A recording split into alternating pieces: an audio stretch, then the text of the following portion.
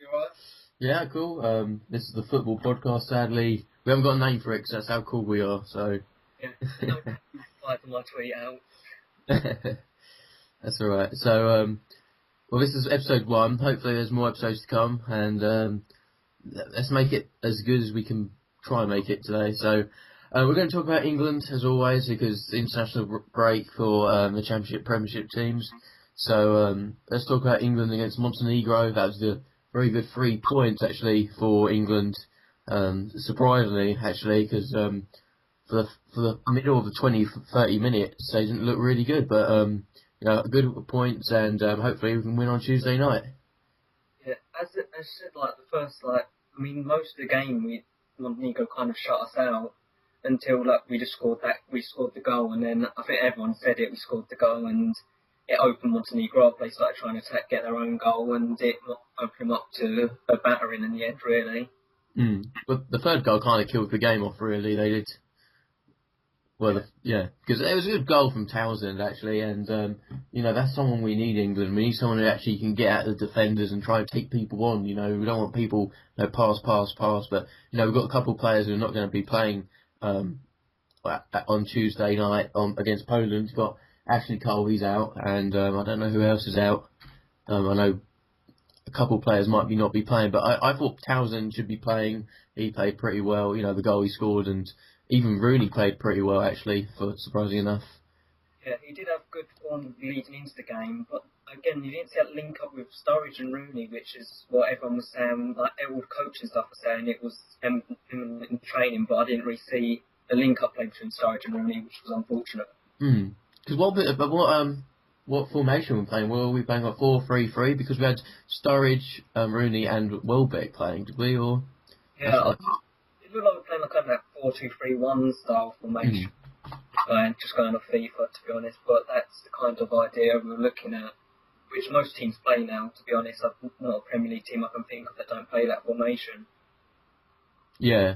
I thought we played pretty good, we hold the ball when we needed to, but we know that Montenegro actually need to get points against us, and, they need to come with a result, really, and, apart from that, really, I thought we played really well, but there was some part of our game that we didn't play as I thought we should have played really well. We did look kind of flat at times, we didn't look like we were good going forward. We looked like we were good controlling the ball in midfield, just looked like we didn't have that kind of edge in the final third, controlling in a way. But we just don't have that last final bit of quality to finish the game off. But as I said, once we'd scored, Montenegro came forward and we were able to kind of break in behind their defence. Yeah, well, I was kind of scared because when Montenegro hit the bar and they scored, I thought, oh, this is typical England, because everyone's been flapping about Joe Hart, and, this is the only position, if you're a goalkeeper, and if you make, a bad decision or you make a mistake, it's a goal. If you make it as a centre-back or a striker or midfielder, it's not going to be a goal, know? Exactly, the same thing as, comparing England with Charlton a lot here, but with Hamer, it's Hamer gets a lot of stick for Charlton, but it's he doesn't make very many mistakes, but when he does make a mistake, it leads to a goal. That's just goalkeeping, isn't it? Oh, yeah. That's common. If you make a mistake, you're going to blame the person who's made the mistake. And, Joe Hart, they hit the bar, and then they did score an alright goal. It kept it across, and he headed it in. But it's a different test, I think, for Tuesday night against Poland. Poland got, match-winning players rather than Montenegro, if you understand. Like the likes of Lewandowski and Bazikowski, and they play with each other at club level as well, so that's kind of... Yeah. And they got some other Premiership players who, play in the Premier League and all that lot. And so, I think it's going to be a hard game on Tuesday night, but I think we'll get the job through. I think a 1-0 win will do it, I think. Yeah. 1-0. Just a win, because Ukraine have got San Marino, isn't it? So they're not going to lose that. Yeah. If they do lose that, then we have to go through, but... I can't see them losing to San Marino. They've got minus 50 goal difference, whatever it is, Yeah, but it's all us to lose. It's at home as well, and if we do, our home form's been brilliant, and okay, we've been drawing a couple of games against the teams away from home, but away from home that's been really good. We drew against Ukraine. At Ukraine, we didn't. We could have won the game. We could have, but overall, we took points when we needed to, and you can't play nice football and still win. You have to play horrible football and still win, as I say. But if we play defensively, we've got Cahill and Jagielka playing in defence. I think that's a better pairing than a couple of years ago with Ferdinand and Terry. But that's just my opinion. Yeah, Cahill and Jagielka. I've always liked Jagielka, and I've never thought we really got a chance because I'm kind of Everton are kind of my second team, so I've always rated him. And I've never seen why he hasn't got the chance. It's the same with a lot of players like Leighton Baines. Honestly, I feel he's been in better form than Ashley Cole this season and last season. Oh yes, because you think about it, Leighton Baines has scored more goals, he's assisted more, and he's got a bit better things to his game than Ashley Cole has. Yeah, he's got danger from free kicks and set pieces, which England don't really have at the moment. They don't have that danger from it's definitely not left-footed players, because all we have is Rooney and Gerrard who are all right-footed. Yeah, we need to have someone who's good on the dead ball situation, whip those balls in, cause havoc, because, you've got, sometimes that might win you games, it's just one of those kind of things. But hopefully, we can get some points today and, Tuesday night, and I'll probably be watching it, but, I'm fingers crossed, if we don't cock it up, Yeah, if it's a typical England display. Exactly. Yeah, I'm actually going to the game tomorrow. Luckily, my mate can get me 10 quid tickets, and okay. I went to the Moldova game last month, and again, it was very similar to Montenegro. Obviously, Montenegro being a better opponent than Moldova, in that we kind of did what we had to, but we didn't give anything more special. We didn't do anything more than we had to. Oh yes, I agree. When we were 2 goals up, or when we were winning 3-1, we normally, an England team would just hold back, hold that win. We were trying to go for the 4th goal, because it might be goal difference might have to be the key. One that, it might be, it might not be. I know we're a couple of goals ahead of, I think, who's second? Ukraine, and they got San Marino, haven't they? Exactly. So they're going to be banging in the goals. Yeah. It's 6 or 7 for them. And then we got much of a bigger goal difference, but it depends on that San Marino result. That could depend who comes first and second, really. So I wouldn't be surprised a point, a 1-1 draw, or 0-0, because I can see that happening, but I just don't want a really bad result happening.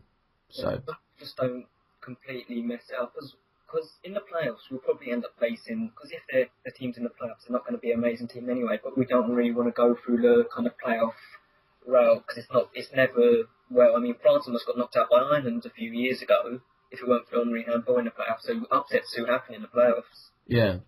Well, some of the teams have already gone through or in the playoff situation, and they don't look as 100% brilliant, they don't. You've got the likes of, I know Belgium have got through and Croatia got through, and I know Bosnia and Herzegovina and Greece and all that lot, and France and Spain have got through, and those countries. You look at the results they've been getting against, and the teams they've been playing against are not really good teams. And if you've got a world class team, everyone's saying that England's a world class team. Yes, they are a world class team, but there's better team. The teams that we've been playing against, no disrespect to San Marino and Moldova playing against us. We're not world class teams. It's just England can turn up and just still win that game. If we play against, the last time England played against a quality team was Italy in the Euros, and it's just one of those kind of things. Yeah, even Ukraine, who are competing with us at the moment, and who are the best other team in the group, aren't really at our level. Well, you wouldn't think we're at our level. So it's not great practice, and we never get great practice in the qualifications. We always get the Croatians and that, which are decent teams, but not the best teams that are going to be winning the tournament. Oh, but the Croatia are better, FIFA rankings are apparently to FIFA though, so I don't know. Yeah, you can understand that reason, but even when we play against friendlies, it's not, the teams we play against are just absolutely shocking. You're playing against teams you haven't even heard of before, and it's not good, but hopefully we can win on Tuesday night. So I think we're going to talk about Charlton now. That's our 2 teams, sadly. Someone's got to support them. The 20,000 actually turn up. Yeah. But apparently it's the Polish. They can bring quite a lot around on Tuesday night. So hopefully. Yeah, strong supporters. I've always liked the goals, and they have a strong lineup. Really, you look at like Szczesny in goal. He's a good goalkeeper, and then you've obviously got Lewandowski in there up top. Mm. It's a bit weak. Apart from, and I'm pretty sure Piszczek is injured as well, so that's a huge thing for us. That Piszczek, probably their best defender, isn't actually playing. The thing is, that's where they haven't got the experience probably. There's some players who haven't really, that brilliant, and, hopefully, the experience pays off. We've got the likes of, Frank Lampard and Steven Gerrard and all that lot. Hopefully, we can win. But I think Poland's last result, they lost 3-1 against Ukraine. So, hopefully that's done some damage to them. So, we should be beating Poland no problem because we drew to Ukraine and then Ukraine go and beat Poland 3-1. But England never do what's on paper. But the last time we played against Poland, it was a 1-1 draw at Poland. So hopefully, Poland have technically got nothing to play for really, but still they got play for pride and all that lot. So hopefully, they haven't got much to play for, and and that. So internet, we're going to talk about Charlton now, sadly, and we're going to talk about Jordan Cousin actually signing a new deal. If you want to talk about that, Sam. That is really just. I said it when Sol signed a new deal a few weeks ago. That is better than any signing we could have made in the transfer window. Well, we didn't make any signings really, but and having signing on our key players and not being a selling club like we have been in the past is probably good. Is good, but Cousins, I can't see him even staying. He's probably held him on for the rest of the season, but I can't see him staying past next summer still. Yeah, I've been hearing that Chelsea and Arsenal wanted to get him in January for £3 million. It's just, even if they get him now, it's going to be like 6 or 7 million. It's still, it's still thinking. The thing is, Charlton, I remember, is they get a good youngster and they sell him on, they get money and they buy absolute crap. Yeah. You can't do that. It goes straight in. It doesn't go to transfer budget most of the time. It goes to the owners, and that's exactly the same thing's going to happen here. It's just going to all go to the owners because the owners are struggling, and it's not worth selling these players if it's just not going to be reinvested in the club. For example, we've got John Joe Shelby sold into Liverpool for 2.5. Next season we get rid of Cole Jenkinson for nearly £2 million. That's 4 million for 2 players, and you're thinking, oh god, that's a good deal for Charlton, but technically not really, because we're just a feeder of a club, and you can't get your best players and sell them. We've done that so many times in the past, and if you do that in the past, you're gonna end up in League One and struggling. It's not good. Shelby's, if he kept holding for Shelby for a couple more years, he's gone for like 6 million or 7 million that he went to Swansea for. So that just shows how his price would have gone up, and we'd have gone from having 2 million for him to having 6 million for him. But don't forget, Charlton do get some money for them Liverpool selling him to Swansea. 10% bonus. And that's it's still, again, as I said, the owners are just really struggling. So if the money's not going into the club, the money's not being reinvested into the club. The money's being put into the owner's business, and that's not what we want in football to be honest. We want it to be reinvested so we can buy a couple new players, but it's not happening at the moment. The only way Charlton are gonna, put it to the big time is when we got to sell players, we got to sell youngsters. We got probably one of the best youth academies in London. It's just probably in England, yeah. Well, because you've got the likes of Southampton, them kind of ones. But then Charlton are definitely up there. If you saw my all-time Charlton 11, a couple of weeks ago, 3 or 4 of them were youth academy players. So it proves that we do produce those kind of players. Yeah, I am very enjoyed that we get youngsters to play rather than people from other lands and foreigners. I think last week Charlton were the only team in England to have all 11 British players playing. Yeah, exactly. It's just amazing. Then that might be different, but we just look. You look at obviously Solly's looking terrible at the moment. And if you heard about his cartilage, and he's near enough. His career could very well be, if not over, then completely ruined. Because, that's the kind of thing. We just signed him on a new contract, and he hasn't played since his new contract. That's really worrying Yeah, hopefully he might not be out long, but if he's out for a year, he's out for a year. Can't let him go out that long. But hopefully he's not out that long, and hopefully Charlton get a good win next week against Blackburn. I do reckon we'll win that game. I have a funny feeling because you think about it, Blackburn. I'm not being horrible to any Blackburn fans out there, but you're one league team, one man team. You've got one good player and that's it, and you can't rely on one player. You got your best players, Jordan Rhodes. All the other players are lower championship to League One players at least. It's just stupid. And hopefully we get a good result. We played well against Blackpool. We played well, especially played well against Forest. We did, and hopefully we can try and get another 3 points because lately it's two Charlton teams that come up. We've got teams against.